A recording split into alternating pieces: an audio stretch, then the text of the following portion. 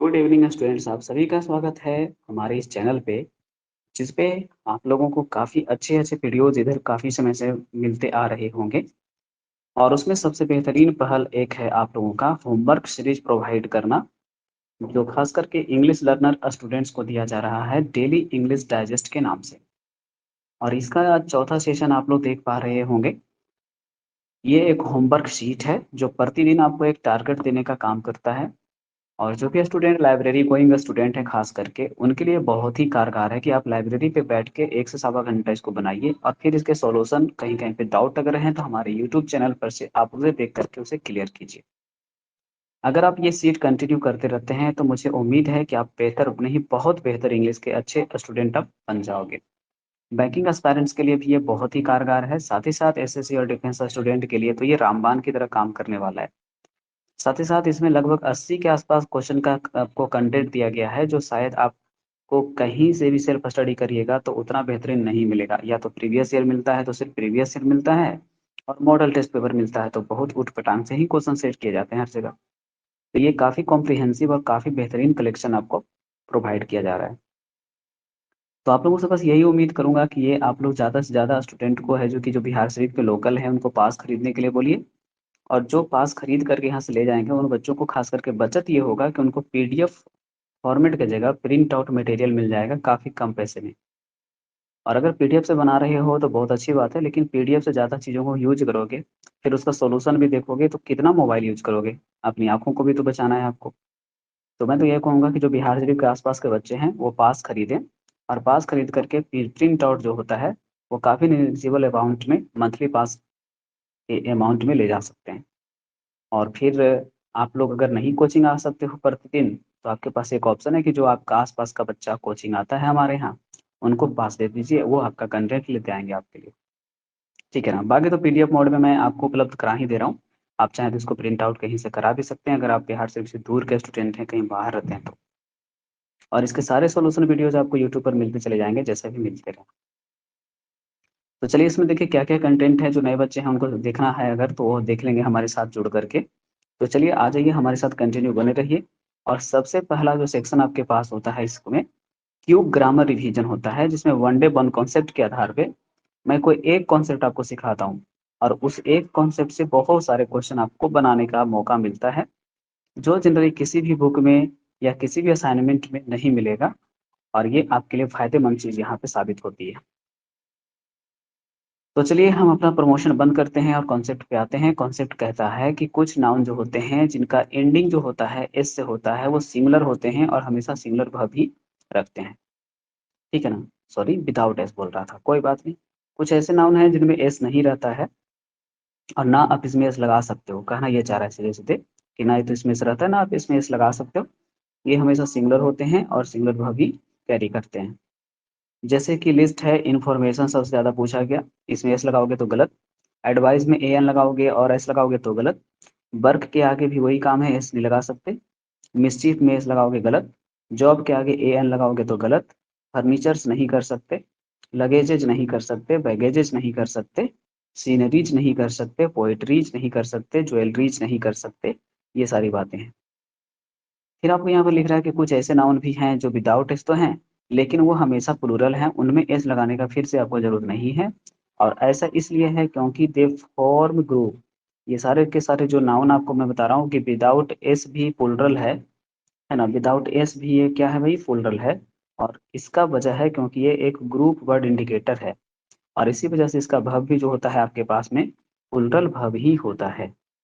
जैसे देख लो, people पुलटल, police पुलटल, क्योंकि पीपुल मतलब लोग, पुलिस मतलब एक से ज़्यादा लोग, चिल्ड्रन बच्चे, इलेक्टोरेट मतदातागण, ऑडियंस श्रोतागण, जेंट्री धनी लोग, पेजेंट्री मजदूर वर्ग, कैटल मवेशी, सीप भेड़ झुंड में रहता है, डियर हिरन झुंड में रहता है, फिश एक से ज़्यादा तरह की मछलियाँ, एविडेंस एक से ज़्यादा सबूत होते हैं, डाटा डेटम का प्लूरल, बैक्टीरिया बैक्टीरियम का प्लूरल, ऑक्सिन ऑक्स का प्लूरल, माइस माउस का प्लूरल, लाइस लाउस का प्लूरल, टूथ का प्लूरल टिथ, राशन अपने आप में प्लूरल। तो ये सारे वर्ड्स आप जो देख रहे थे यहाँ पे अभी, ये सारे के सारे विदाउट एस यूज होते हैं, लेकिन इनका वर्ब हमेशा प्लूरल होना चाहिए। अब जैसे ही स्टूडेंट आपको ये माइंड में सेट हो जाता है, तो आप लोग यहाँ से क्या कर सकते हो, इनका क्वेश्चन प्रैक्टिस कर सकते हो। और चूंकि देखो ये कोई ग्रामर कॉन्सेप्ट नहीं था, ये एक तरह से फैक्चुअल बात थी, ये कि आपको याद रखना पड़ता है कि कैटल जब भी यूज होता है तो समूह में होता है। भीड़ हमेशा एक से ज्यादा दिखता है, मछलियां एक से ज्यादा दिखती हैं, ऑडियंस कहने का मतलब एक से ज्यादा लोग आते हैं, पुलिस करने से ज्यादा लोगों का सेंस होता है, चिल्ड्रन हम जब भी बचपन से आज तक सुने हैं पुलर सेंस समझ में आता है, तो इनमें एस क्यों लगाएगा, बस खत्म हो गया। तो कह रहा when I was passing through the forest I happen to see a number of का मतलब अनगिनत होता है, लेकिन आपको डियर में एस लगाने की आवश्यकता नहीं थी, ए नंबर ऑफ डियर होगा। पेंटिंग ऑफ नेचुरल सीनरीज कर दिया है, जब भी कोई भी प्राकृतिक दृश्य होता है तो उस दृश्यों को महसूस किया जाता है, ना कि काउंटिंग किया जाता है, तो यहाँ सीनरीज नहीं सीनरी होना चाहिए था। चलिए, तो ये दो क्वेश्चन तो आपको यहाँ पर इस साइड मिल गए हैं, आगे देखिएगा और भी क्वेश्चन आपको मिलने वाले हैं। क्वेश्चन नंबर थर्ड में आते हैं। यहाँ पे आपको साफ तौर पे दिखाया जा रहा है कि कैटल में एस लगा दिया है, जो कि बिल्कुल ही गलत है। मवेशी जब होते ही प्लुरल हैं तो इसमें एस नहीं लगाएंगे, आर बिल्कुल सही है, आर में कोई दिक्कत नहीं है। We sell get all the का जब प्रयोग किया जाता है तो नाउन प्लुरल होता है, लेकिन इन्फॉर्मेशन एक अनकंट्रोलेबल नाउन की तरह काम करने वाला टर्म है, इसलिए आंसर होगा कि विदाउट एस इन्फॉर्मेशन को लिखना था, बी होगा। दे लेफ्ट दियर लगेज, तो लगेज जो ऑलरेडी मटेरियल नाउन है तो एस क्यों लगाना, मटेरियल नाउन को वजन करते हैं, काउंटिंग थोड़े ना करते हैं। 6 में करा था all hills of Uttarakhand abound in का मतलब भरपूर होता है, प्रचुर होता है। अबाउंड इन का मतलब भरपूर या प्रचुर। तो कह रहा है ना कि उत्तराखंड की जो पहाड़ियां हैं वो खूबसूरत हैं, और सबको फिर यही पता चल गया कि सीनरीज नहीं बाबा, सीनरी है ना प्राकृतिक दृश्यों से भरे हैं, लेकिन आप प्राकृतिक दृश्य से भरे बोले तो ज्यादा अच्छा होगा। और विजिटर्स जो हैं हमेशा यहाँ पे खींचे चले आते हैं प्रत्येक साल।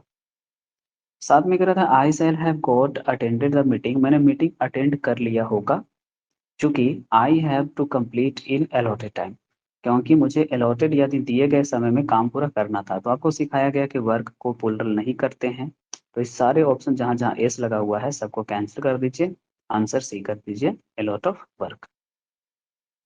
क्वेश्चन नंबर 8वां कर रहा था it is never my business to give to those who are not sensible enough to deal with their own problem. अपनी समस्याओं के लिए से लड़ने के लिए भी समझदार नहीं है, सेंसिबल का मतलब होता है समझदार, कि अपनी समस्याएं भी इनको समझ में नहीं आ रही और उनसे भी लड़ने के लिए अगर कोई व्यक्ति नहीं तैयार है तो मैं उनको कोई एडवाइस देने जा नहीं रहा हूँ। तो एडवाइस अनकंटेबल नाउन है तो ए एन नहीं लगेगा इसके साथ, एस एकदम नहीं लगाएंगे हम। एडवाइस तो ऐसे ही साउंड से पता चल रहा है कि हम लोगों को क्या नहीं करना चाहिए, तो ए एकदम नहीं लगाना चाहिए। तो जब आप इतना श्योर हैं तो क्वेश्चन नंबर 8 का जो आंसर होना चाहिए था वो 4 होना चाहिए था। क्लियर, एडवाइस और ए पीस ऑफ एडवाइस।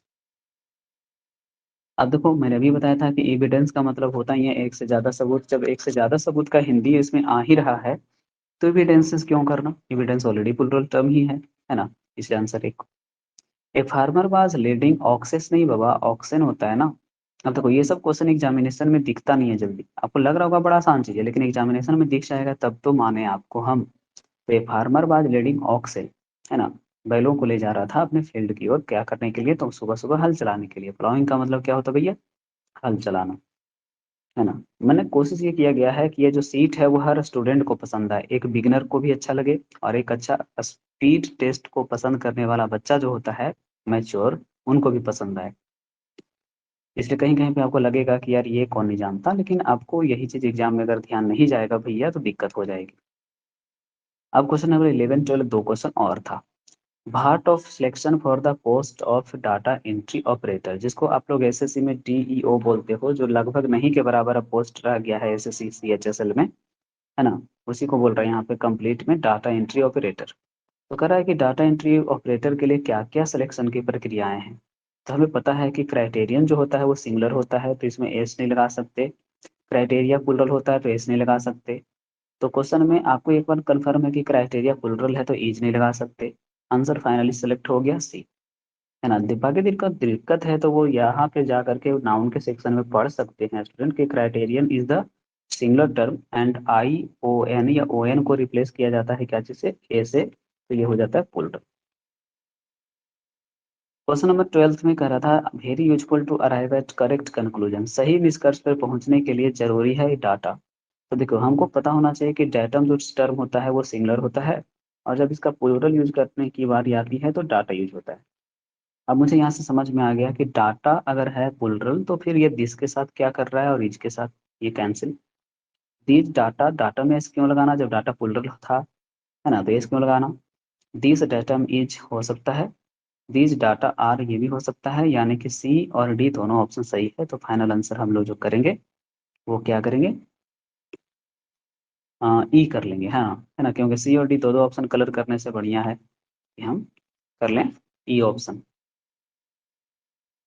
चलिए, अब यहाँ पर आपके पास है वन वर्ड सब्स्टिट्यूशन, जो खास करके आपके उन स्टूडेंट्स के लिए जरूरी है जो एसएससी प्रिपरेशन में हैं। स्टेनोग्राफर के बच्चों को ये इम्प्रूवमेंट या फिलर टाइप में पूछ लेता है, और बाकी तो जान ही रहे हो कि सारे एग्जाम में पूछता ही पूछता है। तो खास करके स्टेनोग्राफर के बच्चे से इग्नोर ना करें, क्योंकि आपको मैंने बताया कि आपका इम्प्रूवमेंट और आपका फिलर जो होता है यहाँ से आता है। तो कह रहा था कि one who devote his life to the welfare, बस बस बस, यहाँ पे वेलफेयर को अंडरलाइन करो और पीपुल को अंडरलाइन करो। हिंदी है परोपकारी, और जो व्यक्ति परोपकारी नेचर का होता है उसको मैंने आपको नहीं सिखाया तो सीख लो, अल्ट्रुइस्ट। अल्ट्रुइस्ट, है ना, परोपकारी। अगला क्वेश्चन आपके पास है, one who run away from justice of the law, जो कानून के नियमों से भागता है, ऐसे कैरेक्टर वाले आदमी को कहा जाता है फ्यूजिटिव। फ्यूजिटिव का मतलब ही होता है हिंदी भाषा में भगोड़ा। One who take refugee in a foreign country, अब खुद ही सोच लो कि जो दूसरे कंट्री में शरण ले लिया उसको हम रिफ्यूजी ही बोलेंगे, लेकिन जी में डबल ई कर देना होगा, है ना? तो रिफ्यूजी में डबल ई कर दीजिएगा तो ये व्यक्ति हो जाएगा जो शरण लिया है कहीं। और रिफ्यूजी का मतलब आपका शरण लेना होता है ना? टेक रिफ्यूजी का मतलब शरण लेना। One who is banish from his country, जिसे अपने देश से वापस कर दिया गया है, बाहर कर दिया गया है, तो एग्जिट वर्ड से याद करना है एग्जाइल। एग्जाइल का मतलब ही होता है देश निकासा, और ये काफी अच्छा वर्ड है, इसे याद रखा जाए। एक्साइल का मतलब देश निकासा। One who maliciously set fire to a building, अब खुद ही सोचो, अगर हम लोग अपना पब्लिक प्रॉपर्टी को हानि पहुंचाते हैं तो ये आपका गलत तो है ही, और उसमें भी अगर आप पब्लिक प्रॉपर्टी पे आग लगा देते हैं तो ये और गलत है स्टूडेंट। तो इसी घटनाक्रम को करने वाले को व्यक्ति को कहते हैं इंसेंडियरी नेचर का बंदा, आग लगाने वाला बंदा, है ना? तो आपको ये थोड़ा सा टफ लगेगा तो आप इसको याद कर सकते हैं। One who has an irresistible tendency to steal, ये होता है, कह रहा था कि किसी को अगर चुराने की लत लग जाती है तो क्लेप्टो होगा, और लत को इंग्लिश में मैनिया बोलते हैं, तो क्लेप्टोमैनिया होगा। ठीक है ना? और चूंकि वन लगा हुआ है तो ए के बाद सी भी लगा दो, क्लेप्टोमैनियक का मतलब हो जाएगा कि चुराने का आदी हो चुका व्यक्ति। लेकिन अगर पूछे कि कोई किताबें चुराता है तो हम उसको बोलते हैं बिबिलियो, क्योंकि किताबों का जब बात आता है तो बिबिलियो वर्ड आता है, और चुराने वाले को बोलते हैं तो क्लेप्टो वर्ड आता है। नौ में करा कि वन हु ब्रेक इमेजेस और चर्च ऑर्नामेंट, तो सबको पता है कि ये आइकोनोक्लास्ट हो गया, क्योंकि ये मूर्तियों को तोड़ रहा है, पवित्र चीजों को तोड़ रहा है, तो आइकोनोक्लास्ट होगा। एक होता है ना ईश्वर को बुरा बोलने वाला, तो वो ब्lasphemy होता है, लेकिन यहाँ पे पूछ रहा था कि जो जनरली क्या करता है, पवित्र चीजों को तोड़ता फोड़ता है। चलिए, उसके बाद 9 नंबर में है कि one who die for a noble cause, मतलब जिस आदमी ने अपनी जान तो अपने देश के लिए दे दी है, कल्याण के लिए दे दी है, उसको हिंदी में शहीद कहते हैं और इंग्लिश में मार्टायर कहते हैं। ठीक है ना? मार्टायर का मतलब शहीद। 10 में कह रहा है कि one who retire from society to live a solitary life, जो कभी एकांत जिंदगी जीने के लिए अपना ही घर परिवार छोड़ दिया होता है, उसे बोलते हैं रिक्लोज। क्या बोलते हैं? रिक्लोज। ठीक है, या फिर यही नहीं रहेगा तो हर्मिट भी ऑप्शन आप दे सकते हैं। क्लियर? चलिए,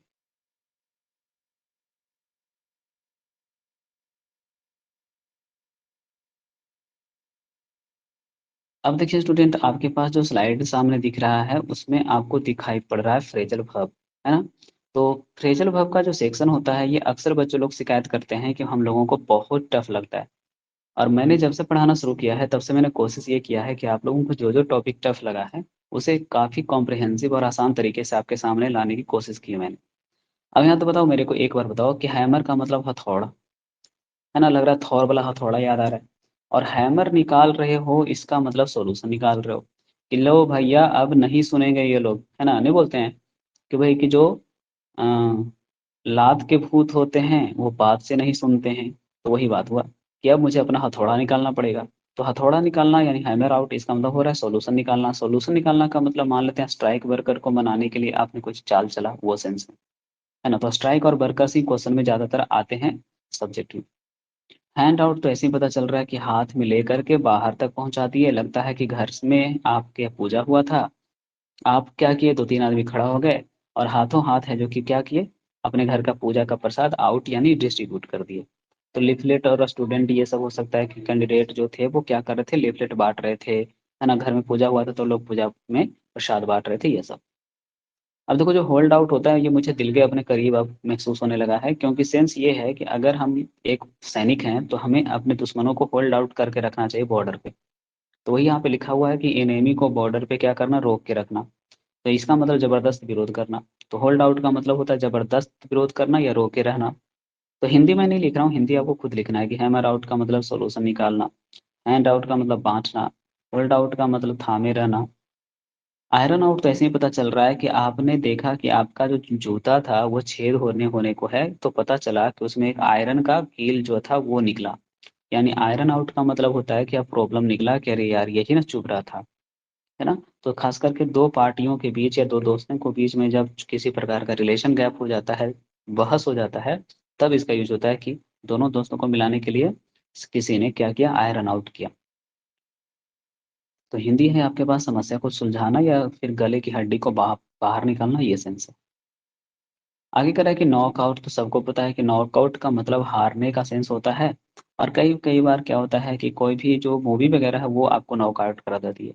इसका मतलब होता है ना कि नॉकआउट या क्लीन बोल्ड। कि अरे भाई आपकी खूबसूरती के आगे हम तो क्लीन बोल्ड हो गए। तो क्लीन बोल्ड हो जाना यानी नॉकआउट हो जाना, तो हार जाना या इम्प्रेस हो जाना किसी से। तो मैच के लिए हो सकता है, कोई मूवी के लिए हो सकता है, कोई बुक हो सकती है कि अरे यार ये किताब है, गजब है, हम तो इम्प्रेस्ड हो गए इस किताब को पढ़ के। अगर आपको याद है तो एक बार रिपीट कर लीजिए कि हैमर आउट का मतलब सॉल्यूशन निकालना, हैंड आउट बाँटना, होल्ड आउट का मतलब दुश्मनों को थामना, आयरन आउट का मतलब समस्या को सुलझाना, नॉकआउट का मतलब होता है प्रभावित होना या फिर हार जाना। क्यों याद कराया इतना फास्ट में भैया? क्योंकि यही तो क्वेश्चन में आपको बनाना है। गवर्नमेंट जो है वो कोशिश कर रही है कि एक सॉल्यूशन निकाला जाए स्ट्राइक का। यानी हड़ताल को हैमर आउट करना है कि हैंड आउट करना है, तो हैंड आउट तो डिस्ट्रीब्यूट होता था, तो ये तो होगा नहीं। यानी क्वेश्चन का आंसर जो आपके पास होना है बी ही होना है। तो आपका हैमर आउट होगा जिसका मतलब होता है फाइंड ए सॉल्यूशन। चलिए तो क्वेश्चन का आंसर बी कर लीजिए। कैंडिडेट जो थे वो लिफलेट को बाँट रहे थे, तो बाँटने के सेंस में अभी मैंने बताया था कि क्वेश्चन में क्या होता है, हैंड आउट होता है। तो यहाँ पे आंसर एक हो जाएगा।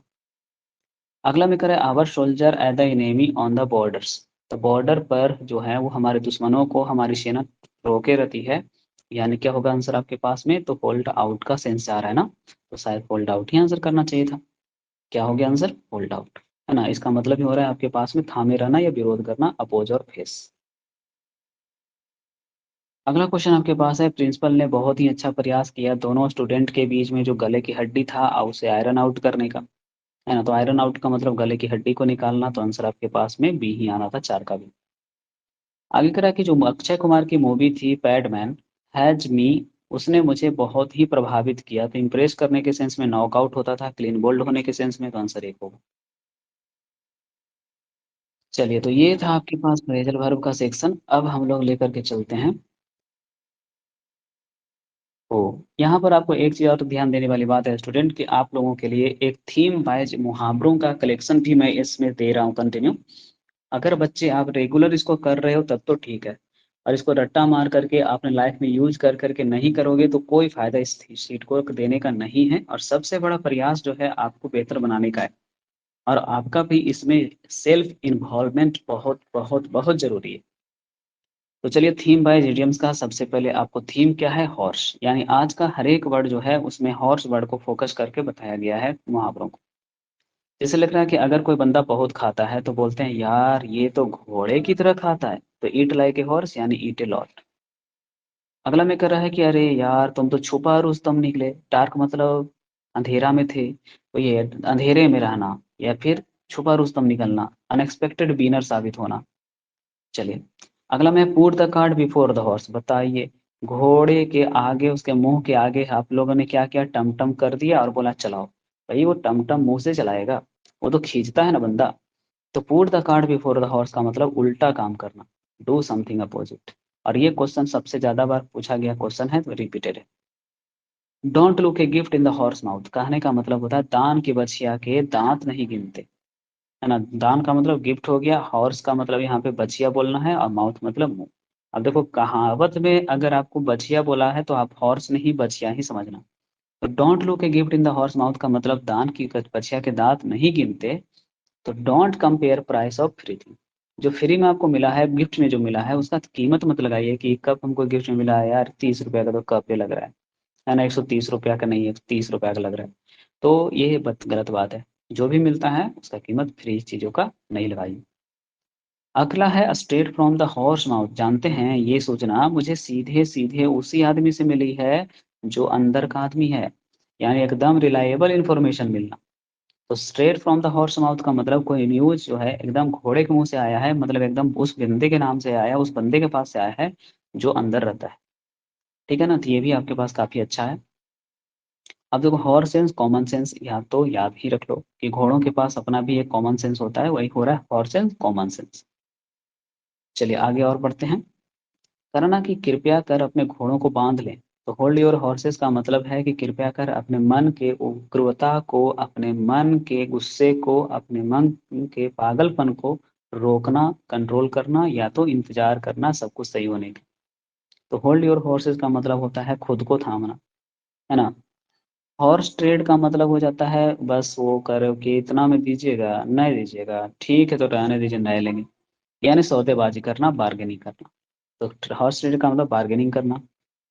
बीट से ज्यादा फ्लॉग पूछता है कि फ्लॉग ए डेड हॉर्स का मतलब हो रहा है कि मरे हुए घोड़े पर कोड़े बरसाना। फ्लॉग का मतलब यहाँ पर क्या हो रहा है, कोड़े। अब मरे हुए घोड़े पर कोड़े बरसाना, इसका मतलब क्या है, ट्राई इन वेन, व्यर्थ में लगाना प्रयास, पुट यूजलेस इफोर्ट।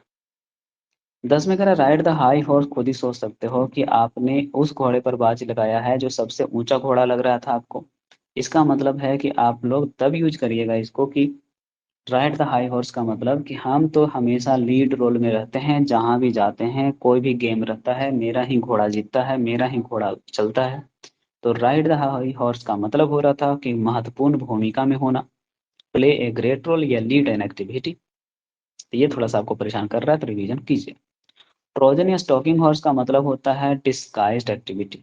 आजकल ये जो स्टॉकिंग वर्ड है ये आपका सोशल मीडिया के सेंस में यूज होता है, जब आप किसी को मतलब सर्च करते हो। अच्छा अभी सर सर्च करके देखें फेसबुक पर होंगे, अभी सर हाँ रे आता है। उसके बाद फिर और भी चीजें हो सकती हैं, जैसे कि आप सर्च करोगे कि अभी सर के नोट्स एंड पीडीएफ, क्या टेलीग्राम चैनल के अलावा फेसबुक पेज भी है? हाँ जी है। तो ये सब जो स्टॉक करते हो बिना सामने वाले को पूछे, बिना सामने वाले से इन्फॉर्मेशन लिए, इस प्रक्रिया को स्टॉकिंग कहते हैं। तो वही तो हुआ कि आप ऐसा एक्टिविटी कर रहे हो जो सामने वाले को छिप करके पता भी नहीं चल रहा है ना। तो ट्रोजन या स्टॉकिंग हॉर्स का मतलब होता है छिपा हुआ एक्टिविटी, यानी disguise activity. One horse town का मतलब सोचो ना कि पूरा शहर में मात्र एक घोड़ा दिखता है और कुछ नहीं दिखता हो, तो हम उस जगह को बोलेंगे अरे यार बड़ा बोरिंग जगह है यार, यहाँ तो कुछ है ही नहीं घूमने फिरने देखने को, एकमात्र घोड़ा दिखता है ना। तो एकमात्र साधन वाला जो राज्य रहता है, क्षेत्र रहता है, एकमात्र कोई पब्लिक प्लेस वाला राज्य क्षेत्र रहता है, उसको कहेंगे कि वन हॉर्स टाउन में आ गए, कहाँ आ गए घूमने के लिए। चलिए अब अगला स्लाइड पे लेके चलते हैं। ये जो स्लाइड आपके पास है ये दो तरह के स्टूडेंट्स के लिए है, एक है बिगिनर्स स्टूडेंट जो क्लोज टेस्ट लर्निंग अपना अच्छा करना चाहते हैं उनके लिए, और एक है जिनको क्लोज टेस्ट आता है, वो अपना प्रैक्टिस बनाए रखना चाहते हैं उनके लिए। तो जो बच्चे खास करके नए हैं उनके लिए तरीका ये है कि आपको एक कहानी दिया गया है जिसमें 5 ब्लैंक स्पेसेस हैं और ऊपर वर्ड 8 दिया गया है, यानी 3 वर्ड नहीं यूज होगा लेकिन 5 वर्ड तो पक्का यूज होगा। तो जो पांचों के 20 ऑप्शन वाला कंफ्यूजन था वो 8 ही ऑप्शन में आपको निकालना है। तो चलिए आते हैं। सबसे पहले कहानी को थोड़ा बेस पकड़ लेते हैं। कह रहा है कि मरियम बाज इन एन एक्सीडेंट। अब सबको पता है कि क्वेश्चन में जो सेंस होता है वो आपका इन के साथ कौन सा वर्ड आता है जो लेके आता है। तो क्वेश्चन में सबको पता है कि अवॉइड और स्टॉप तो लगता है नहीं होगा, क्योंकि ये दोनों जनरली प्रीपोजिशन लेता ही नहीं है। और बेहतर वर्ड इन्वॉल्व के साथ इन लग रहा है यहाँ पे, या मेट होना चाहिए था, तो मेट के साथ बीत होता। तो क्वेश्चन का आंसर अब क्या होगा कि इन्वॉल्विंग एन एक्सीडेंट, कि मरियम का जो है आमना सामना एक एक्सीडेंट में हुआ है, या इसका एक्सीडेंट में कुछ हुआ है स्कूल जाने के दौरान last Saturday. She had just from the bus. अब सबको पता है कि जब कभी कोई वाहन से उतरता है तो उसके लिए यूज करना चाहिए हमेशा क्या, अलाइटेड, है ना। क्या यूज करना चाहिए, अलाइटेड। यहाँ पे आंसर एक नंबर में तो हमने इन्वॉल्व रख दिया है, और दूसरा जो ऑप्शन है वो क्या रखा है, अलाइटेड रखा है, कि जैसे ही वो वाहन से उतरा या उतरी। हाँ, उतरी है, सी है तो। और रोड क्रॉस करने को हुई अपने स्कूल पहुँचने के लिए, एज़ शी वाज़ इन हरी, तो वो काफ़ी जल्दी में थी, है ना? इन ए हरी को निकाल सकते हैं और अपना कोलोकेशन अच्छा करने के लिए आप लिख सकते हैं, है ना? इन अ हरी, और वो चूँकि जल्दी में थी। आगे बढ़ते हैं। सी अक्रॉस विदाउट लुकिंग, मतलब she scampered across without looking out for traffic, मतलब कि वो हड़बड़ा करके है जो कि क्या करती, क्रॉस कर गई। स्कैम्पर्ड अक्रॉस का मतलब हो जाता है जल्दी से, मतलब क्रॉस कर जाना। तो 3 में शायद ये होगा, क्योंकि अवॉइड और स्टॉप का कोई सेंस नहीं है। एक्रॉ ट्रैफिक के बिना देखे हुए वो जल्दी से क्या हो गई, क्रॉस कर गई। There was a loud screeching, screeching का मतलब होता है क्राई यानी चीख, है ना? क्राई यानी चीख, करा बहुत ही तेज चीख देखने को मिला। एज अ टायर्ड, है ना, ट्राइड टू हिटिंग हर, मतलब सबको पता है, मतलब उसको टक्कर मारने से बचते बचते बचते बचते रुका, स्टॉप हुआ। इसलिए शायद यहाँ पर आपको 4 में स्टॉप हो रहा है कि बहुत ही तेज आवाज़ के साथ में और काफ़ी प्रयास के बाद जो है वो गाड़ी जो थी, जो उसे टक्कर मारने वाली थी, वो रुकी या स्टॉप हुई। लेकिन फिर भी किस्मत बुरा था। ड्राइवर जो था वो नहीं डै मतलब कि कन मैनेज कर पाया आपका कार का स्पीड, और मारियर जो थी वो flung into the pavement. Flung into का हिंदी होता है फेंका जाना, है ना? फेंका जाना, मतलब खुद ब खुद गिर जाने के सेंस में, हवाई जहाज़ से या फिर कोई गाड़ी से टकरा के गिर जाने के सेंस में। तो वही है कि वो पेवमेंट का मतलब होता है बरामदा वगैरह, या मतलब जो भी है नीचे का जो होता है सतह, उसको बोल रहा है, और वो सतह पर या सड़क पर गिर गई। मरियम इन पेन, सबको पता है कि यहाँ पर अब होगा ग्रोएन, क्योंकि होगा क्या कि आदमी जो होता है वो दर्द में चीखता शुरू करता है, चीखना शुरू करने का इंग्लिश हो जाता है क्या, ग्रोएन, है ना? इसका मतलब ये होता है आपके पास में क्राई यानी चीखना। कुछ लोग जो होते हैं ट्राइड मतलब करते हैं, कोशिश करते हैं, टेकिंग हर टू जेंटली, मतलब वहाँ से थोड़ा सा बातचीत करके बढ़िया से देखने का कन्फर्मेशन करते हैं कि भैया ये सबसे पहले तो आवाज़ इसलिए दिया जाता है क्योंकि सामने वाला रिएक्शन दे रहा है कि नहीं, ये पता करता है। A man called the police, एक आदमी ने पुलिस पुलिस को भी कॉल कर दिया और एम्बुलेंस भी बुला लिया। जल्दी ही एम्बुलेंस पहुंच गया और मरियम को है जो कि नज़दीक के हॉस्पिटल में ले जाया गया। यहाँ से पता चल रहा है आप लोगों को कि इस प्रकार का जो क्लोज टेस्ट होता है, वो डायरेक्ट एक ही जब ऑप्शन देगा तो हम लोग थोड़ा सा क्या कर पाएंगे, आराम से कर पाएंगे। अब आइए एडवांस क्लोज टेस्ट में भी देखिए। सबसे पहले एडवांस क्लोज टेस्ट बनाने वाले अच्छे स्टूडेंट का ये पहचान होता है कि वो कहानी के थीम को पकड़ लेते हैं, और उसके बाद जो अपना वर्ड वहाँ पे भराना चाहिए वो वर्ड सोचते जाते हैं, और जो उस सेंस का वर्ड ऑप्शन में दिखता है उसको आंसर करते हैं। ये नहीं कि ऑप्शन देखेंगे और उसके बाद हिंदी करेंगे और भरेंगे, ऐसा नहीं होता है। पहले आप लोग क्वेश्चन पढ़िए, और जहाँ पे जो हिंदी वर्ड आ रहा है उसका इंग्लिश वर्ड ऑप्शन में ढूंढिए। चलिए तो हम आपके साथ आते हैं और करते हैं। सबसे पहले करा है कि आई had not told my mother that a friend was coming. अब सबको पता है कि मुझे नहीं याद रहा मम्मी को बताने का कि मेरा दोस्त जो है वो आने को है। तो कमिंग के साथ अब ओवर ही बचता है, क्योंकि कम ओवर का मतलब पहुंचने का सेंस होगा यहाँ पे, तो कम ओवर होगा शायद। आप कहोगे सर बाकी क्यों नहीं होगा, तो कम अप के साथ बीते सॉल्यूशन आता है, come up against a problem आता है, इसलिए नहीं होगा। कम ऑन कामयाब होना होता है, और कम टू का मतलब क्लोज आना होता है। यहाँ पर सेंस ये है कि कम ओवर होगा, क्योंकि भाई आपका एक दोस्त आने वाला है। आई वॉज टू टेरिफाइड, मैं बहुत डर गया कि she might into the room, मतलब कि वो जो है वो कमरे में burst into the room and start clicking picture of us. Oh sorry, ये क्या हो रहा है। I had not told my mother that a friend was coming, I was too terrified that she might into the room. Oh, मतलब कि वह जरूर है जो कि कमरे में आकर के बरस पड़ेंगी, है ना?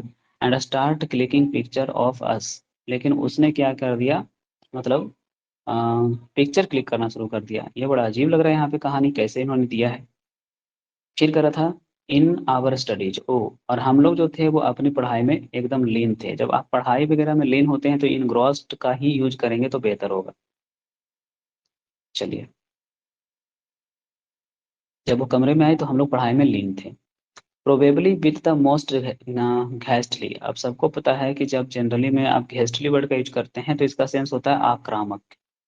अब आक्रामक जो होगा आपका लुक ही हो सकता है, तो उस हिसाब से देख करके देख लो, एक्सप्रेशन ही होगा, है कहीं पे क्या, कम्युनिकेशन बातचीत नहीं होगा, इम्प्रेशन नहीं होगा, रेडिएशन का भी शायद यहाँ पर यूज नहीं होना चाहिए। एक बार आप इसका मीनिंग देख सकते हैं। मुझे फिलहाल तो expression is the best option लग रहा था, और उनके एक्सप्रेशन से लग रहा था कि बहुत ही आक्रामक हैं। Even the mother had made a with me, वैसे तो माँ ने मेरे साथ किया तो क्या किया। तो सबको पता है कि ये कोलोकेशन है, तो आप कुछ नहीं कर सकते। Make a pact with someone. चलिए, अब जितना भी कोलोकेशन आता है उसका कुछ नहीं आप कर सकते, सिर्फ और सिर्फ जानकारी इकट्ठा कर सकते हैं, है ना। Make a pact with someone. यहाँ पर वही कह रहा था कि हाँ, मतलब मम्मी को मैंने मैनेज कर रखा था, और मैंने कोशिश ये किया था कि उनके साथ मैं एक मेल-जोल और सामंजस्य बना के रखूँ। Not to click any photographs, और मैंने कहा रखा था कि देखो भाई, कोई भी फोटोग्राफ एक भी नहीं लेगा ऑन अ स्पेशल ओकेजन, मतलब स्पेशल ओकेजन के अलावा। अलावा का इंग्लिश क्या है? एक्सेप्ट, है ना। लाइक बर्थडे, है ना, जैसे कि स्पेशल ओकेजन में बर्थडे आता है, फेस्टिवल्स होते हैं, एंड दीज ब्लैंक स्पेस। और ये सब के सब जो हैं, आपको कहीं ना कहीं शायद यहाँ पे टू लेकर के आ रहा है। एंड दीज टू, क्योंकि जब दीज का यूज कर रहे हैं तो सेंटेंस लास्ट हो रहा है, और लगभग लास्ट में भी के सेंस में टू ही लगाते हैं। And these two had to be approved before being printed, और इस नियम को प्रिंट आउट भी करा कर रखने की बात की गई थी। एंड मेड कॉलेज और preserved in albums. And made, अब यहाँ पर क्या होगा? 8 नंबर थोड़ा टफ लग रहा है, ये क्लोज टेस्ट आप लोगों को। एंड मेड इनटू कॉलेज और परसर्व्ड इन एल्बम्स, यानी कि ये सारे के सारे मैंने जो फोटोज वगैरह क्रिएट कराए थे, क्लिक कराए थे, ये सारे स्कूल के दिनों में कराए थे। तो इन या इनटू होना चाहिए था कॉलेज में, तो इन तो दिख नहीं रहा था, इसलिए हमने इनटू रख दिया। For people to blank space at, और खास करके ये तब के लिए रखा जाता है जब आपका मतलब कोई भी व्यक्ति चाहे तो इसमें मंथन कर सकता है। तो मेडिटेट नहीं है, तो मेडिटेट के जैसा वर्ड है ना असनिगर, तो आप असनिगर रखिए। अब आपको नहीं पता है तो आपके लिए कोई उपाय नहीं है, हमको पता है इसलिए मेरे लिए उपाय है। चलिए, उसके बाद करें I had agree to let the old college. अब सबको पता है कि कॉलेज के बाद हम लोग यहाँ पे जो चर्चा करने के लिए वर्ड यूज करेंगे, वहाँ पे रिमेन ऑन माई बेडरूम बाल होगा। कि मैंने सोचा कि क्यों ना अपने कॉलेज को कम से कम अपने बेडरूम के दीवारों पर तो जिंदा रखें, है ना। तो बनाए रखने के सेंस में रिमेन होगा यहाँ पे। अगर आप वर्ड्स की बात करें तो अवॉइड के साथ बाई लगा हुआ होता है, जिसका मतलब होता है आप आदेश पालन करने की बात करते हैं, फॉलो। और इन हैबिट का मतलब तो ढलने का ही सेंस होता है, आप जान ही रहे हैं। अब यहाँ से एक बार क्लास को दोबारा मैं पढ़ा देता हूँ, समझा देता हूँ। देखो क्या करें। मैंने कभी नहीं अपनी मम्मी को कहा एक फ्रेंड के बारे में, है ना, कमिंग ओवर, मतलब कि मैंने कभी कभी भी मम्मी को अपने दोस्तों के बारे में नहीं बताया था। आई वॉज टू टेरिफाइड, मैं डरा हुआ था। That she might into the room, कि वो जरूर है जो कि कमरे में विजिट करेंगी। इससे बढ़िया ऑप्शन है bust into the room. Bust into का मतलब ही होता है जल्दी से प्रवेश करना या तेजी से प्रवेश करना। और वो क्या करेंगी? हम सबका पिक्चर लेना शुरू कर देंगी। तो ये भी सही था। जो कि हम लोग क्या कर रहे हैं, तो पढ़ाई में लीन है, इसलिए क्या हो गया? इनग्रोस्ड हो गया 3 नंबर में। संभवतः जो सबसे भयानक या आक्रामक जो है एक्सप्रेशन उनके चेहरे पर उस समय कुछ अजब ही दिखाई पड़ता है, कि जब वो हम लोग का फोटो खींचती हैं तब। ये अलग बात है, इवन दाव का मतलब अलग बात है कि मम्मी के साथ हम लोगों ने एक क्या किया है? पैक्ट, यानी कि समझौता किया है। क्या समझौता किया है? Not to click any photograph, कोई फोटोग्राफ नहीं खींचा जाएगा, सिर्फ स्पेशल ओकेजन जैसे कि बर्थडे और फेस्टिवल के अलावा। तो के अलावा का मतलब एक्सेप्ट हो गया। और ये सब के सब जो आपके पास हैं, ये सबको अप्रूव माना जाएगा, और प्रिंटेड मोड में इस नियम को चिपकाया भी जाएगा। एंड मेड कॉलेज और प्रिजर्व्ड इन एल्बम, तो सबको पता है कि 8 नंबर का जो ब्लैंक स्पेस था उसमें हम लोगों ने रखा था क्या चीज? हाँ, 8 नंबर के लिए इन टू, है ना। तो कॉलेज के दिनों में ये जो था उसे अभी भी एल्बम में है, जो कि संजो के रखा गया है। और पीपल टू एट, और लोगों को जब जब मेडिटेट करने का इसका मन करेगा, इसके बारे में सोचने का, स्नीकर करने का, तब तब इसको यूज कर सकते हैं। इसके एवज में मैंने सोचा कि क्यों ना ओल्ड कॉलेज जो है उसे अभी भी अपने दीवार पे चिपका के छोड़ दूं। तो कहानी थोड़ा इंटरेस्टिंग नहीं उतना रखता है, तब दिक्कत होता है। इंटरेस्टिंग कहानी था ही, बस थोड़ा थोड़ा टाइम लग गया। अब देखो, जो प्रीपोजिशन फिलर का क्लास चलता है, वो प्रीपोजिशन फिलर एक्चुअल में उन सभी बच्चों के लिए तो आसान होता है जो काफी अच्छे ढंग से इनको पढ़ चुके हैं या समझते आते हैं, बचपन से ही ठीक ठाक उनको प्रीपोजिशन समझ में आता है। बाकी बच्चों के लिए क्या होता है, ये टफ हो जाता है। तो मैंने एक तरीका निकाला है कि आपको एक टाइप का क्लास एक दिन दिया जाता है इसमें। जैसे मान लो कि किसी दिन आपको बहुत ही कोई चीज़ बहुत ही पसंद है, आप उसको तलाश रहे हो, जिज्ञासा हो, आप किसी चीज़ के लिए पागल हो, तो ये सब सेंस में फॉर ही लगता है ज़्यादातर, और आफ्टर वगैरह लगता है। तो आज का जो सेशन है वो फॉर, ऑफ और आफ्टर से रिलेटेड ही है। तो देखो, दीवानगी के सेंस में आज के टोटल क्वेश्चन को बनाते हैं, है ना, कि दीवानगी का क्वेश्चन में सेंस हो या पसंद का क्वेश्चन में सेंस हो, इसी सेंस के क्वेश्चन टोटल के टोटल आपको रखे गए हैं। जैसे पढ़े देखिए ना, I have no taste commercial film, कह रहा है मुझे कॉमर्शियल फिल्मों के लिए कोई दीवानगी महसूस नहीं होता। तो टेस्ट के साथ हमेशा क्या लगता है, और लगता है ना, टेस्ट फॉर समथिंग। अब जब नहीं कुछ चलता है तो आप लोग रट्टा मार जाते हो। लो, अब सर्च के साथ तो कुछ और लग ही नहीं सकता, सिर्फ और सिर्फ आपका नेगेटिव वर्ड होने के कारण क्या, आफ्टर। क्या लिख रहा है, सौरो, दुख में धकेल दिया। फॉल इनटू का मतलब धकेलना। तो क्या होगा, हैप्पीनेस के पीछे भागना, है ना। ये बोलते हैं कि खुशी के पीछे भागेगा तो निराशा हाथ लगेगी। तो चलिए, कोई तो हाथ लगेगी, है ना, खुशी के पीछे जा रहे हैं तो निराशा तो कम से कम मिल रही है। अगला में है police team were sent to different state in search of, ये तो कोलोकेशन याद कर लो भाई, इन सर्च ऑफ, है ना। बाकी जिनको दिक्कत है उनके लिए कोई सोल्यूशन मेरे पास दूसरा है, तो ये है क्या, कि आप कोलोकेट किया करिए।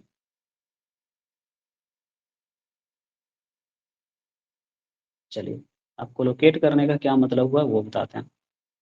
तो आप सबसे पहले क्या करिए कि लिखिए इस तरह के कॉम्बिनेशन को, कि जब क्वेश्चन में सर्च का यूज कर रहे थे तो सर्च के साथ में हम लोग फॉर लगा सकते हैं पॉजिटिव सेंस में। जब हम सर्च का यूज कर रहे थे तो हम सर्च के साथ आफ्टर लगा सकते हैं निगेटिव सेंस, है ना, क्वेश्चन अगर निगेटिव सेंस का रहेगा तब। ये तो इन दोनों की बात हुई। फिर हम लोगों को याद करना हैगा कि सर्च फॉर बराबर इन सर्च ऑफ, सर्च फॉर बराबर इन सर्च ऑफ। तो इन सब चीज़ों को अगर आप गौर करते चलोगे और लिखते समझते चलोगे तब तो ठीक है। और बाकी ये सीट इतना है ना कि इसको रिपीट करते रहिएगा तो अपने आप आधा चीज़ आपको रिवीजन होता रहेगा।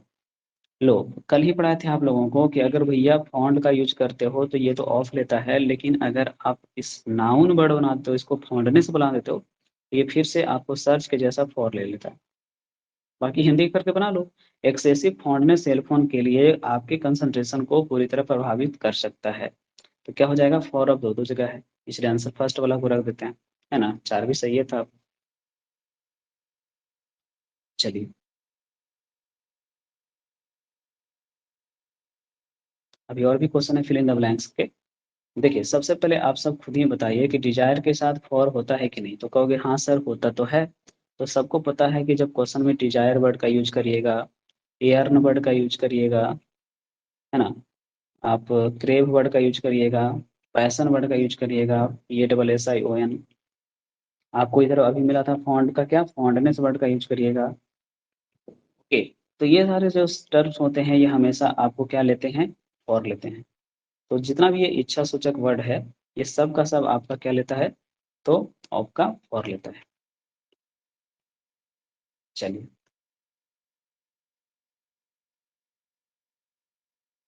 अब देखो यहाँ से एक चीज और सीखो। ऑफ वाला कौन कौन था, याद करते हैं। तो सबसे पहले फॉन्टनेस का जो फॉन्ट होता है वो होता है। उसके बाद कॉन्फिडांट वर्ड होता है, कॉन्फिडांट हमेशा इसमें ध्यान रखना है, DANT होता है, सॉरी DENT होता है ना, कॉन्फिडेंट। कॉन्फिडेंट के जैसा होता है श्योर आपके पास में। और उसके बाद हमारे पास में होता है जनरली और भी टर्म, लेकिन फिलहाल इतना से हमारा काम अभी बन जाएगा, तो अभी हम लोग इतना ही पे फोकस करते हैं। चलिए, तो क्वेश्चन नंबर देखिए आपके पास में 5 में क्या करा था, desire for self expression is the one of the basic qualities of man. मतलब सेल्फ एक्सप्रेशन को, मतलब खुद को एक्सप्रेस करने का जो आपका इच्छा रहता है, ये सबसे बढ़िया क्वालिटी है। अदरवाइज कुछ लोग तो बोल भी नहीं करते हैं, चुपचाप बैठे बैठे रहते हैं। अर्निंग के बाद हमेशा बताए थे अभी तुरंत में कि इच्छा है तो फॉर लगेगा, और विक्टिम है तो सिंपल सी बात सोच सकते हो ना कि शिकार इंसान होता है तो किसी चीज का होता है। तो उस हिसाब से आपको सोचना है, तो विक्टिम ऑफ होना चाहिए था डिजायर, तो आंसर आएगा सी। पैशन के साथ अभी बताए थे कि फॉर होना चाहिए, और होप के साथ तो ऑलरेडी सबको पता ही है कि फॉर होता है, होपफुल के साथ ऑफ होता है ना। तो आप होप के साथ फॉर ही लगाते हैं, तो आंसर आपका फॉर और फॉर बी हो गया। Are you really desirous visiting Japan? तो मैंने क्या बताया था कि डिजायर के साथ तो फॉर लगता है, लेकिन डिजायरस के साथ ऑफ लगता है। जिनको नहीं पता है उनके लिए डिजायर प्लस फॉर और डिजायरस प्लस ऑफ। चलिए, तो आंसर यहाँ पे डिजायरस होने के कारण क्या लेंगे? ऑफ लेंगे। अभी बता रहे थे ना कि कॉन्फिडेंट ऑफ जजमेंट, कॉन्फिडेंट किसी चीज को जज करने का होगा। Confident of success, sure of fact, तो सिंगल एफ वाला ऑफ होगा, है ना। तो ये चीजें फायदा करती हैं अगर आप लोग एक प्रकार के क्वेश्चन को एक दिन प्रैक्टिस करते हो तब। अब यहाँ से एडवांस फिलर का क्वेश्चन है, तो एडवांस कहने का है, मैंने कहा था आपको इसमें कुछ ऐसा नहीं रहता है कि एडवांस है बहुत लेवल का हाई का रहेगा क्वेश्चन, ऐसा कुछ नहीं है। लिख रहा है कि गांधी जी मानते थे कि एनिमल तब हमला करते हैं जब उनको डर होता है कि खुद पर भी हमला होगा। अब ऑफ जो लेता है वहां पे देख लो कौन कौन लेता है, तो कहोगे सर टेक केयर ऑफ होता है देखभाल करना, बिवेयर ऑफ होता है आपका सावधानी बरतना, अफ्रेड ऑफ डरना, गिल्टी ऑफ दोषी। यानी आंसर में आप नहीं कंफ्यूज हो रहे हो, सिर्फ ऑप्शन डी कैंसिल हो रहा है, ऑफ तो सब ले रहा है। तो सबको कहना है कि गांधी जी का मानना था कि जानवर हमला तब करते हैं जब उनको लगता है डर। डर का मतलब क्या? अफ्रेड। इसलिए आंसर क्या होगा? Afraid of. जब वो भयभीत फील करते हैं तब। देयर हैव बिन, चलिए क्वेश्चन क्या है? There have been many philosophers, politicians, scientist and artist who claim that they are of the world. अब खुद ही बताओ। कराना है, बहुत सारे ऐसे फिलोसफर हैं, पॉलिटिशियंस हैं, साइंटिस्ट हैं, आर्टिस्ट हैं जो खुद को पूरी दुनिया का नागरिक मानते हैं या तो कुछ और मानते हैं। तो मुझे लगता है कि सब लोग खुद को पूरी दुनिया का नागरिक मानते हैं, और जो पूरी दुनिया का नागरिक खुद को मानता है उसको हम लोग बोलते हैं कॉस्मोपॉलिटन। कॉस्मोपॉलिटन, ठीक है, सिटीजन ऑफ द वर्ल्ड, इसका मतलब ही होता है सिटीजन ऑफ द वर्ल्ड। तो जब ये खुद को पूरी दुनिया का नागरिक मानते हैं, जैसे अभी देख लीजिए आपके पास कुमार विश्वास सर, दुनिया का कौन सा हिस्सा ऐसा है जो कि उनको अपना देश का नागरिकता देना नहीं चाहेगा? हर देश में जा जा करके उन्होंने सोच वगैरह किए हैं, हर देश में उनको प्यार मिलता है। तो ये सिटीजन ऑफ द वर्ल्ड होते हैं, कॉस्मोपॉलिटन पर्सनैलिटी हो जाते हैं ये लोग। करें, one day a gentleman was walking along busy road. अब सोचना है, एक बीजी रोड से गुजर तो रहे हैं, आगे सुनिए। वॉकिंग स्टिक का मतलब हो गया छड़, टहलने वाली जो छड़ी होती है जनरली। राउंड एंड राउंड का मतलब होता है क्या? गोल गोल घुमा रहे हैं, गोल गोल घुमा रहे हैं। तो ये सोचना कि सामने वाला जो व्यक्ति है उसके हाथों में जो छड़ी होगा उसका एक किनारा होगा, है ना, वो छड़ी का एक किनारा पकड़ा हुआ होगा, और ये जो छड़ी है वो आपको इधर जा रही होगी और फिर इधर आ रही होगी, यानी गोल गोल घुमा रही होंगे। लेकिन जो इसका सेंटर पॉइंट है वो कहाँ है? अभी भी उनका हाथ है। तो ये लट्टू की तरह घूमने वाला सेंस आ गया, कि जो लट्टू की तरह घूमने वाला सेंस अगर आ गया तो उसमें हम लोग स्पिनिंग वर्ड का यूज करेंगे, है ना, क्योंकि सेंटर पॉइंट हमेशा फिक्स रहेगा इसमें और उसी के इर्द गिर्द घूम रहा होगा। इसलिए क्या यूज करेंगे? क्या? Spinning his walking stick. अपने वॉकिंग स्टिक को गोल गोल घुमा रहे थे एक ही जगह पे, केंद्र बिंदु उनका सीमित है उनका हाथ, और स्पिन हो रहा है चारों ओर। तो थोड़ा सा आपको लगेगा कि हाँ यार सोचने पर बहुत ही आसान है, बेकार में हम परेशान हो रहे थे। चलो, बेसिक पैरा जंबल का मतलब दुनिया का आसान काम, PQRS बनाना आसान काम। चलो, कोई तरीका नहीं, एक ही तरीका है, हर एक को पढ़ो। Engage in agriculture still remain, मतलब कि करा इंगेज हैं एग्रीकल्चर में अभी भी हैं तो क्या है, यानी ना तो पी स्टार्टर हो सकता है और ना ही पी इंडिंग हो सकता है। तो आपको कंफर्म करना है कि पी ना तो स्टार्टर होगा और पी ना तो इंडिंग होगा। कंफर्म हो गया, तो ये दोनों ऑप्शन आपका कैंसिल हो गया। चलिए अब आगे बढ़ते हैं। 270%, अब खुद ही बताओ, 270% ड्यूरिंग 1951, इसका मतलब है कि ये कंफर्म हो गया कि आपका जो ये टर्म है, ये क्यू, ये भी स्टार्टर नहीं होगा, फिलहाल तो स्टार्टर है भी नहीं।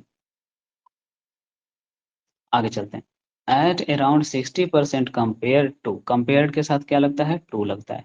तो एक बात को कंफर्म हो गया कि आर के बाद क्यू होगा। अब देखो यहाँ पे आर के बाद क्यू है नहीं है, तो ये कैंसिल कर दो, आर के बाद क्यू यहाँ पे है तो आंसर कर दो। ये हो गया एक बच्चे की तरह बनाना। बाकी आप लोग है जो कि एक एडवांस स्टूडेंट की तरह बनाएंगे तो हिंदी करके बनाइए, तो हिंदी करके बना लीजिए। तरह है कि आपके पास भारत में in India as a whole the share of labour force, मतलब भारत में अगर आप लेबर फोर्स का हिस्सा देखें जो कि इंगेज हैं एग्रीकल्चर में, मतलब कि एग्रीकल्चर के क्षेत्र में काम करने वाले जो लेबर फोर्स हैं अभी भी हैं, तो अभी भी क्या है? लगभग 60% हैं compare to the percent during 1951। मतलब 60% लोग अभी काम करते हैं खेतों में। 1951 की तुलना में बात करें तो 70% लोग ही काम करते हैं, ये कहना चाह रहा है। सॉरी, मतलब 60% अभी काम करते हैं, 1951 में 70% लोग काम करते थे। तो कोई खास नहीं था, बाकी अपना तरीका से भी बना सकते हैं, लैंग्वेज से भी बना सकते हैं। अब देखो यहाँ से आपको दे दिया है एडवांस जो पारा जंबल। बच्चे लोग इसमें कहते हैं कि सर ये तो बन ही नहीं पाता है। तो इसमें कुछ नहीं करना होता है, इसमें पहले ये करना होता है कि आपको सोचना है कि हर एक सेंटेंस में क्या चर्चा में हो रहा है। देखो पहले, process is Starkey visible in the shrinkage of ice sheet that cover the Arctic Ocean। कौन सा प्रोसेस? द प्रोसेस का मतलब कोई प्रोसेस, तो कौन सा प्रोसेस? यानी स्टार्टर ये नहीं होगा। अब कह रहा है प्रोसेस जो है उसमें श्रिंकेज ऑफ द आइस होता है, आइस का श्रिंकेज होना शुरू हो जाता है कहाँ पे? आर्कटिक ओशियन में। यानी कंफर्म है कि आर्कटिक ओशियन ही सब्जेक्ट है, जो कि अभी तक कहीं पे दिख नहीं रहा है। इन करेंट ट्रेंड कहने का मतलब हो गया कि ये आपको जो है अ, मतलब उदाहरण है, तो उदाहरण है तो यह स्टार्टर फिर नहीं होगा। आधुनिक ट्रेंड की बात करें तो Arctic Ocean will be largely ice free in summer by 2040। मतलब 2040 तक आर्कटिक सी बिना बर्फ का हो जाएगा। तो ये तो आउटकम है ना, ये तो रिजल्ट है। तो रिजल्ट का मतलब हो गया कि बी हो गया सबसे लास्ट। 1 2 3 4 5, यानी बी जो हो गया सबसे लास्ट हो गया। अब बी अगर सबसे लास्ट है तो ए होगा, कौन होगा पहले बाद में देखते हैं, पहले आगे बढ़ते हैं। इन द पास्ट 30 ईयर, अगर पिछले हम 30 सालों की बात करें तो मिनिमम कवरेज जो समर आइस का है वो घटकर आधा रह गया है, और इसका जो वॉल्यूम है वो 3 क्वार्टर रह गया है। तो इसका मतलब ये भी किसी रिपोर्ट का हिस्सा है, तो इसको भी लगभग लास्ट ही में रखो। ये भी आउटकम की तरह बता रहा है रिजल्ट, इसको भी लगभग लास्ट में रखो। अब देखो इसके आगे की कहानी के लिए आपको नेक्स्ट स्लाइड में जाना पड़ेगा, और सी और बी को लास्ट में रखे हुए हो। चलो, हाँ तो क्या रखे हुए थे? सी और बी को लास्ट में रखे हुए थे, स्टार्टर हमें पता करना है। चलो, डी में करा था there is no need to pour over record of temperature and atmospheric carbon dioxide concentration. करना की कोई जरूरत नहीं है कि रिकॉर्ड में ये बता दीजिए हमेशा की तरह टेम्परेचर और एटमॉस्फेरिक कार्बन डाइऑक्साइड कंसंट्रेशन जो था उसके कारण ये समस्या क्रिएट हुई थी। अब पता नहीं किस चीज का सफाई दे रहा है, यानी डी भी स्टार्टर नहीं होगा, ये कन्फर्म था। Those who doubt the power of human beings to change Earth climate should look at Arctic and Siberia। करना, जिन लोगों को लगता है कि आदमी की गतिविधियां जो है नहीं प्रभावित की हैं कुछ भी, तो उन्हें एक बार क्लाइमेट चेंज के बारे में पढ़ना चाहिए था और आर्कटिक के बारे में पढ़ना चाहिए था। और तब वो उनको अंदर से कपकपी छूटेगी, है ना। तब उनको अंदर से कपकपी छूटेगी कितना खतरनाक ह्यूमन बींग ने काम किया है, यही चर्चा का विषय है।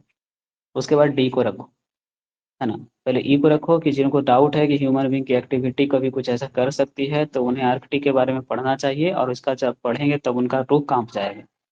फिर उनको कोई टेम्परेचर वगैरह और एटमॉस्फेरिक कार्बन डाइऑक्साइड कंसंट्रेशन को दोष देने की जरूरत नहीं है। यानी ई के बाद डी कंफर्म होगा तो होगा। अब बचा हुआ क्या रह गया था? ए रह गया था, तो ए में ले आइए। ए में जो बातें थी वो ले आइए।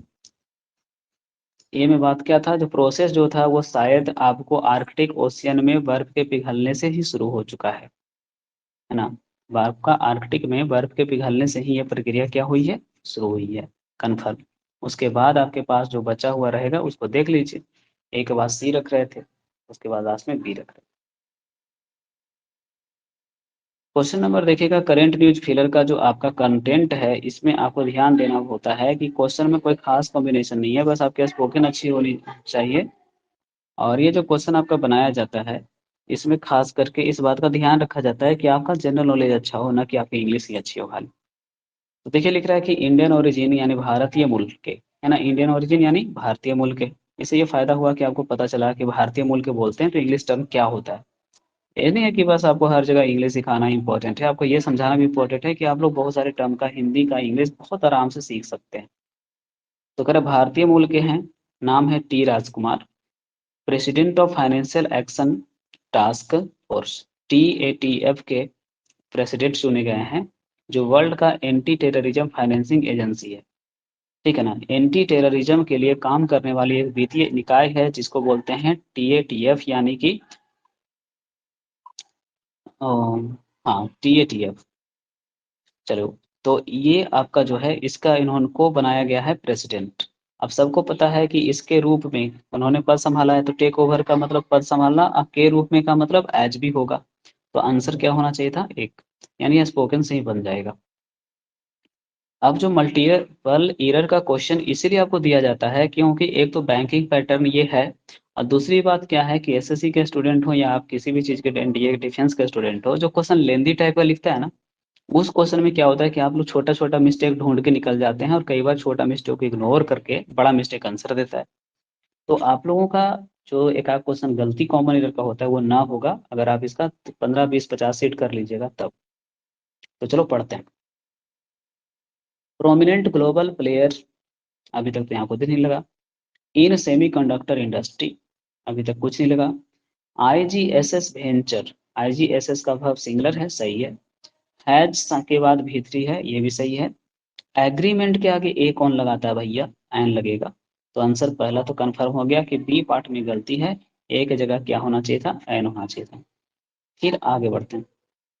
With the Tamil Nadu government to establishing थोड़े होता है, जब स्टेब्लिशिंग V4 है तो उसके हिसाब से क्या होना चाहिए था, और होना चाहिए था, यानी बी और सी दोनों में गलतियां हैं। बी में होना चाहिए था क्या, एन, और सी में होना चाहिए था 4। तो बी और सी दोनों गलती होने का मतलब आंसर ई हो जाएगा आपका। क्लियर हुआ ना। अब एक बार पढ़ लीजिए पूरा स्पीड में।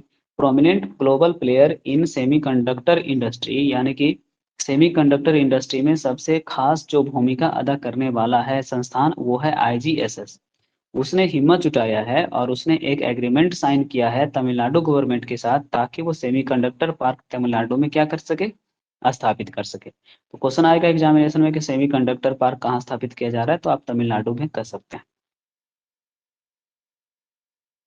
चलिए, अब उसके बाद का जो कहानी है वो मैचिंग टेबल को समझा करके खत्म करने वाला कहानी है, तो आ जाओ शुरू करते हैं। अनिहिलेट आप खुद ही बताओ, लग रहा है ना कि भाई इसमें नील बट्टा सन्नाटा का सेंस है, तो अनिहिलेट का मतलब होता है जड़ से समाप्त करना, है ना, क्या करना भाई, जड़ से समाप्त करना। चलिए, तो हिंदी भाषा में आप नष्ट करना भी कह सकते हैं। अब जब हिंदी में आप नष्ट करना बोलते हैं तो इसका मतलब है कि इंग्लिश में आपके पास में डिस्ट्रॉय से बढ़िया कुछ वर्ड दिखेगा ही नहीं, तो आप डी कर लीजिए। अफेबल का हिंदी भाषा जो सेंस होता है वो होता है दोस्ताना। अब अफेबल का हिंदी जब दोस्ताना होता है तो आप लोग यहाँ पे क्या दे सकते हैं, फ्रेंडली दे सकते हैं, तो ई हो जाएगा। अम्पलीफाई का हिंदी होता है बढ़ाना। एम्पलीफायर से भी याद हो रहा होगा कि अच्छा साउंड बढ़ाने के लिए यूज होता है, तो बढ़ाना का मतलब इनलार्ज होगा, शायद शायद सी कर लें। अमलगमेट का मतलब ऐसे ही पता चल रहा है कि अमलगम है, तो अमलगम का मतलब मिलाने का सेंस लग रहा है, तो मिक्सअप हो जाएगा, तो एक होगा। अपीज का हिंदी सेंस होता है शांत करना। तो जब शांत करना का हिंदी आ रहा है आपके पास में तो पैसिफाई होगा बी। अप्राइज का हिंदी होता है अगर आप किसी को कुछ सूचना देते हैं तब, सूचित करना, तो सूचित करना का मतलब इन्फॉर्म, तो आंसर डी। अर्डुअस मतलब मैंने बताया था कि कोई भी काम जो होना चाहिए हमेशा मेहनत से भरा होना चाहिए, आसान काम रहता है तो उसका इज्जत लोग नहीं करते हैं। तो हिंदी सेंस से इसका मेहनत से भरा यानी डिफिकल्ट का सेंस लग रहा है। चलो देखते हैं, तो सी लग रहा है ना। दिक्कत है तो साउंड से साउंड मैच कर लीजिए। अर्डुअस का मतलब है स्ट्रेनुअस, और स्ट्रेनुअस का मतलब ऐसा काम जो थोड़ा डिफिकल्ट हो। लेबोरियस समझते हैं ना, लेबोरियस स्टूडेंट को कहते हैं, काम को नहीं। चलिए, अप्रीहेंड का हिंदी सेंस अगर लोग समझ पाते हो क्या तो बता सकते हो, तो बताओ। तो कहता ना कि देखो भाई हम तो कभी कभी देखते हैं अंधेरा में किसी भी चीज को, तो हम डर करके एकदम हिलडुल नहीं पाते हैं, एकदम डर के गिरफ्त में चले जाते हैं। तो अब रिहेंड का हिंदी होता है गिरफ्त में आना, डर के गिरफ्त में खास करके, है ना, तो गिरफ्त में। तो गिरफ्त में का मतलब डर जाने का सेंस है, अरेस्टेड का सेंस है, ई होगा।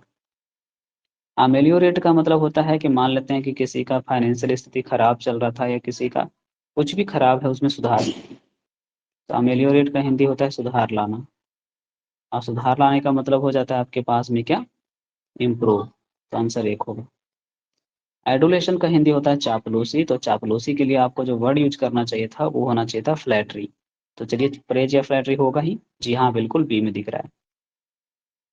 तो इन सारे शब्दों को आप सामने सामने लिख लीजिएगा अपना एक नोटबुक में भी। देख ही रहे हैं कि आपके लिए अल्फाबेटिकल ऑर्डर का कॉम्बिनेशन तैयार किया गया है, कितना बेहतरीन।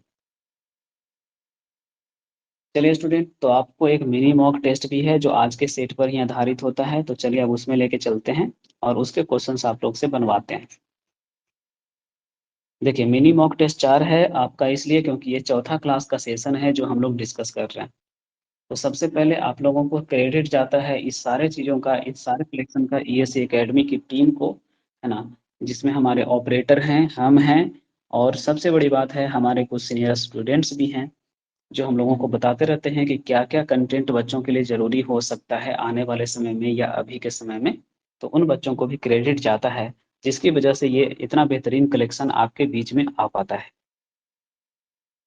और सबसे बड़ी बात मैं यही कहूँगा कि हमने कभी भी खिचड़ी परोस करने की कोशिश नहीं की है। हमारी कोचिंग इंस्टीट्यूट की पहचान रही है एसएससी के लिए, तो हम एसएससी के स्टूडेंट को और एनडीए, डिफेंस ये सब के बच्चों को ही सिर्फ़ क्या करते हैं, ज़्यादा मतलब सेवा दे पाते हैं। बैंकिंग एस्पायरेंट्स के लिए हम नहीं दे पाते हैं क्योंकि हमारे यहाँ बैंकिंग के प्रैक्टिस वाले बच्चे नहीं आते हैं। अगर प्रैक्टिस के लिए हमारे यहाँ बच्चे आएँगे तो हम बैंकिंग एस्पायरेंट्स के लिए भी कुछ कर पाएँगे।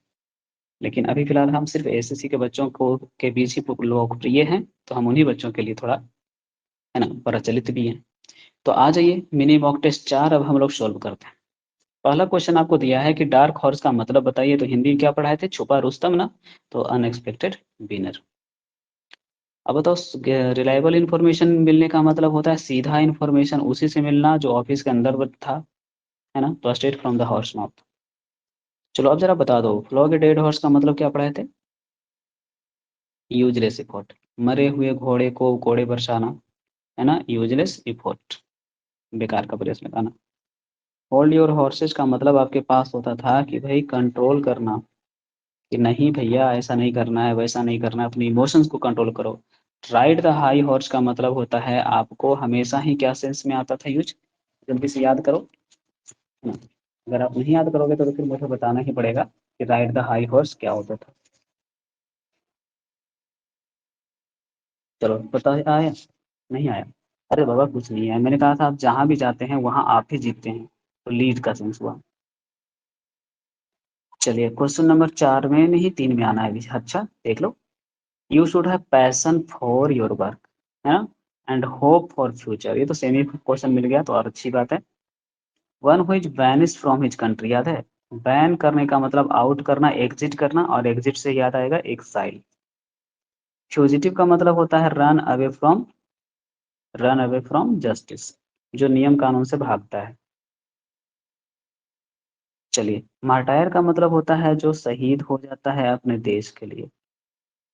और रिफ्यूजी का मतलब तो रिफ्यूजी ही होता है, आप इसको एलियन भी कह सकते हैं, ये दूसरे कंट्री में शरण ले लेता है।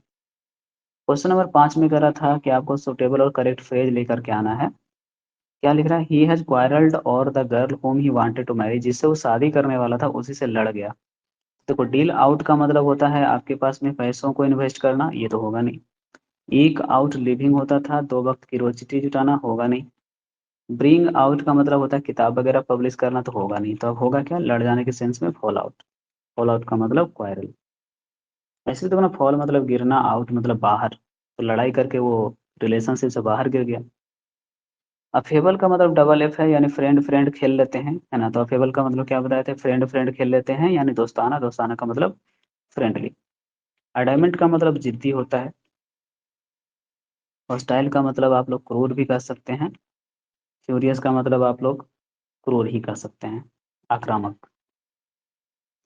अमेलियोरेट का मतलब मैंने अभी बताया था कि इसमें सुधार लाने का सेंस होता है। तो अमेलियोरेट का मतलब जब सुधार लाना का हिंदी है, तो क्वेश्चन में क्या हो जाएगा? एंटोनिमस वर्सन, क्योंकि एंटो पूछा है ना, तो वर्सन। वर्सन का मतलब ही होता है बैड का कंपलेटिव से बना हुआ वर्ड है, और सेंस है कि आप किसी का सिचुएशन को खराब कर रहे हो।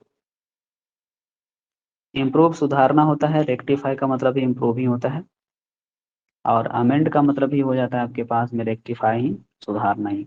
यानी कि सारे वर्ड साइनोनिमस दिए हुए थे, आप ये भी कह के आंसर छाड़ सकते थे।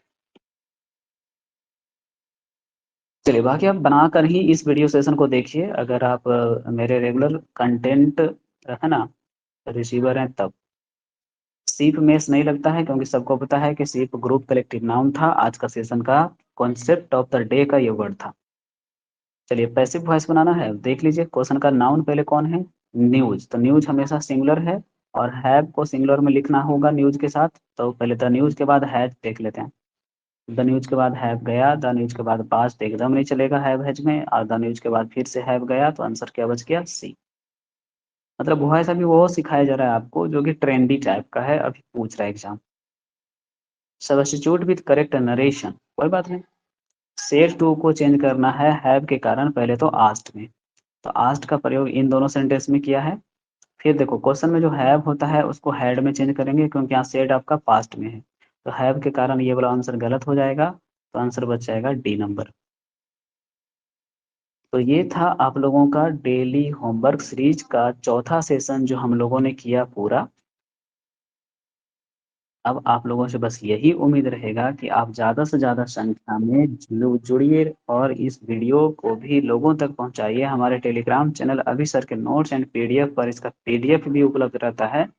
आप चाहें तो वहां से भी अपने दोस्तों को पीडीएफ डाउनलोड करके भेज सकते हैं। ठीक है ना? बाकी वीडियो सेशन कैसा लगा ज़रा जाइए और हमारे यूट्यूब चैनल पे हमें ज़रूर ये बताइए। कमेंट सेक्शन में हमेशा आप लोगों के लिए हम लोग झाँकते रहते हैं कि किसी ने कुछ तो अच्छा लिखा होगा। चलिए, थैंक यू स्टूडेंट आप लोगों का इस सेशन में आने के लिए।